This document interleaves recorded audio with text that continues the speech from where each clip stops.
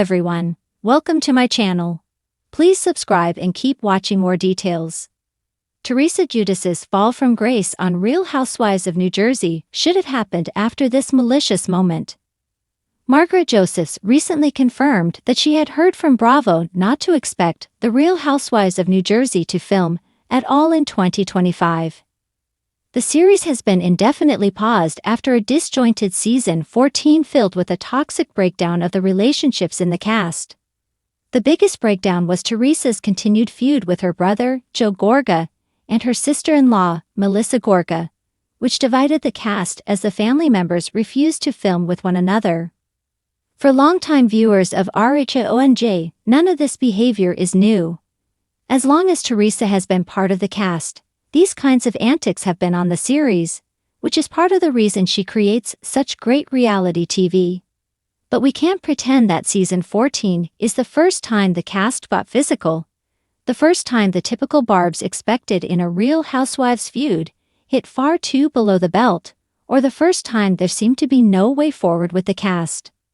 Teresa has been pulling questionable stunts for as long as she has been on TV, and a moment from season 10 makes clear her fall from grace on Bravo could have happened much earlier than season 14.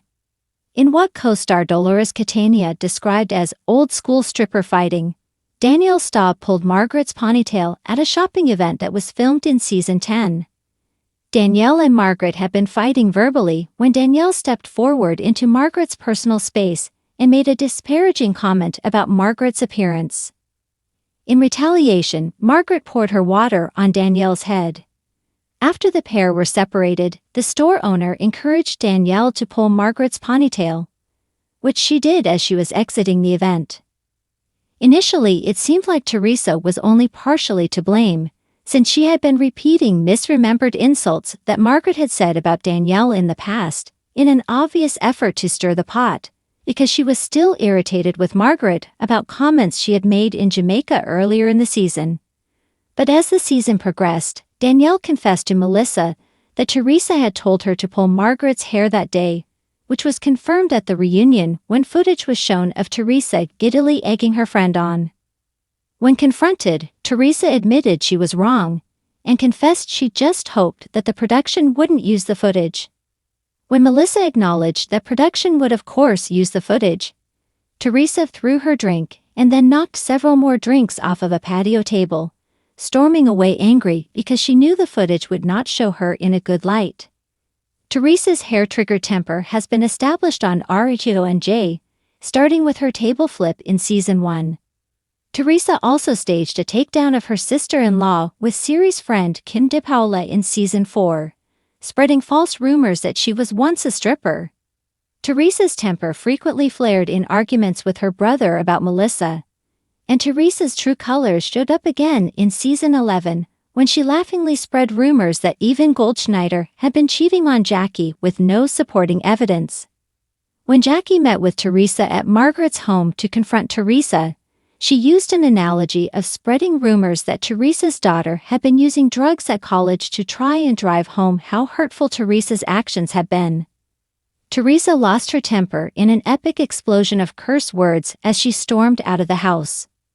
Teresa worked hard to establish herself as calm and collected in later seasons of RHONJ, rebranding under the yoga phrase Namaste to suggest how peaceful she had become. But her continued feud with her family and the rumors that Teresa and Jennifer had turned to bloggers to leak information about their castmates. Like when Teresa was feuding with John Feuda, and suddenly there was an uptick in online accounts, bringing up his arrest history from when he was a young adult, certainly didn't help.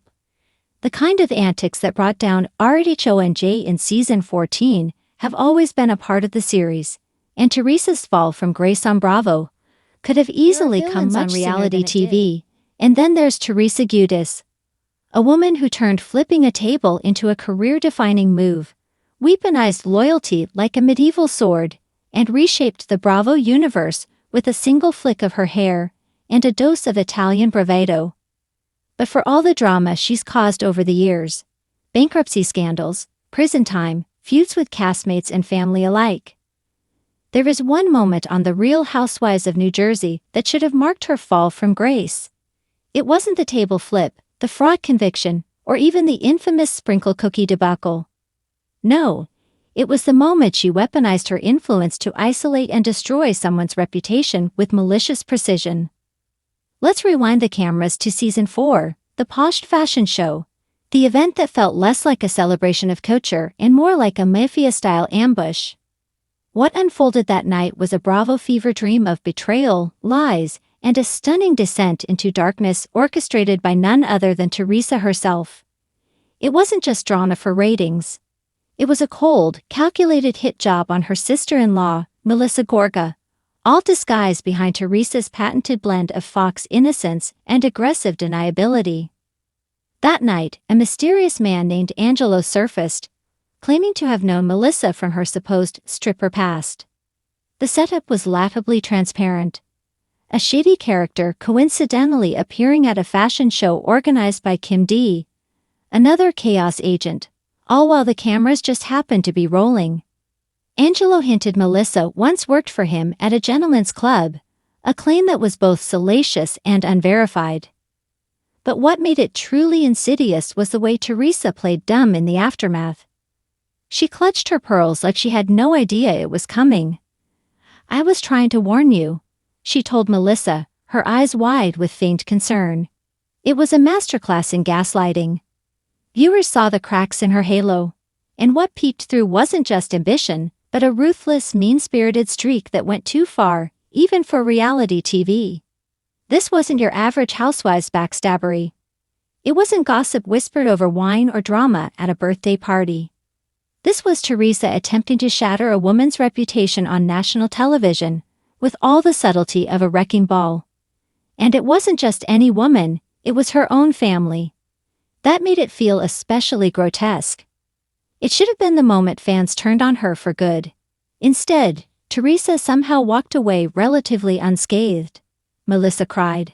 Joe Gorga raged. Kim D disappeared into the shadows. But Teresa? She brushed off the fallout with the same nonchalance she'd used to dismiss a parking ticket. And the viewers, hungry for drama, let it slide. But they shouldn't have. Because in that moment, Teresa showed us who she really was. Not just a reality star willing to stir the pot, but someone who'd throw her own family into the fire if it meant she could stand taller in the ashes.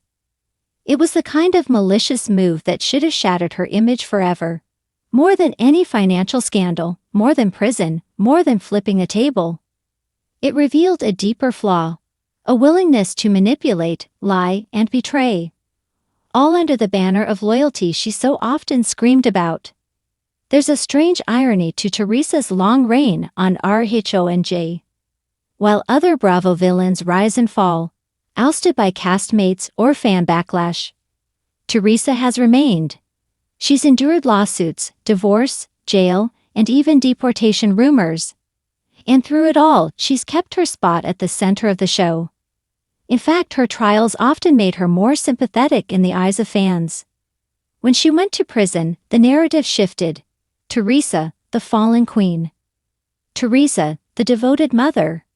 Teresa, the victim of her husband's bad decisions. But her lowest moment wasn't behind bars.